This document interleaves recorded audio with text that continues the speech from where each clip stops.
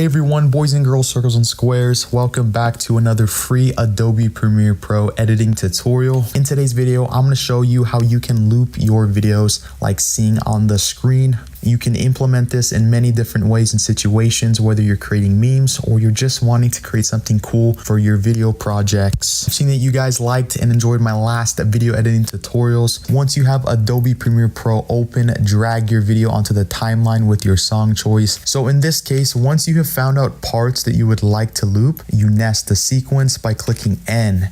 But I've already nested the sequence, so I'm gonna double click this. And in this case, we have this video clip right here. First step into looping this video is you're gonna hold down Alt, it's gonna copy, and then for the video clip, you're gonna hold down R or access the speed duration, the speed, and click reverse. So now it looks like this. Boom, it reversed. Did you guys catch that, or did you guys catch that? Now I have another nested sequence, and this is the original video file. So in this case, I hold down Alt to copy the video file to the playhead.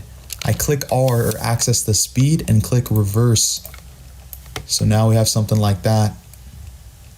If you guys do not have access to these presets, the nest and the speed, then click over to edit, click keyboard shortcuts, then click nest, and make sure the keyboard shortcut is on N for nest, and for speed is R. I have mine set to R, you can change it to whatever, and click OK.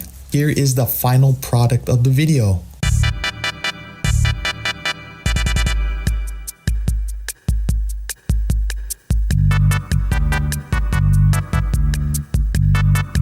Voila.